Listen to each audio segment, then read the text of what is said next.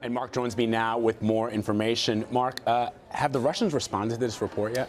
They have, and they've responded in the way that they had to everything that's been said about this since the crash and the allegations that their machinery, if not them directly, was behind it. And they basically rejected the findings, not specifically, but they've put up somebody from the company that makes the Buck missile system saying, oh no, it couldn't have come from where this investigation has determined it came from because of the angle of attack on the airplane and that kind of thing, and it must have come from within, they say, Ukrainian government-controlled territory. But you're dealing with kind of asymmetrical claims here. This is a pretty exhaustive inquiry.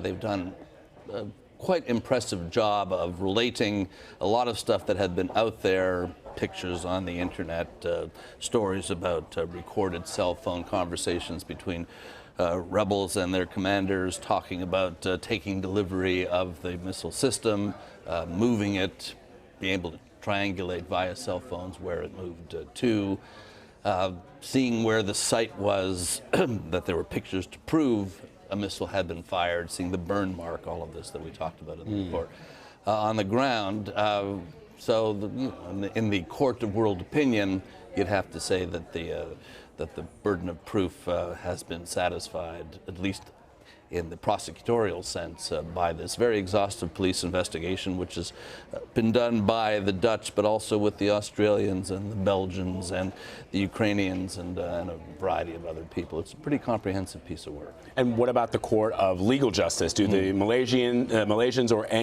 does anybody have any recourse? Well, you'd have to have a suspect to have recourse, and they don't have that. There are a couple of names that they've floated out there who are some of the people who were heard in these cell phone conversations around the time of the movement of the missile system and the launch and its subsequent movement, they say, back toward the Russian Federation. But there's no prospect at this point of them getting anywhere near those people. So this is a case in search of an accused, and that's where it stands right now. Mark Phillips, thanks so much for your reporting. Pleasure.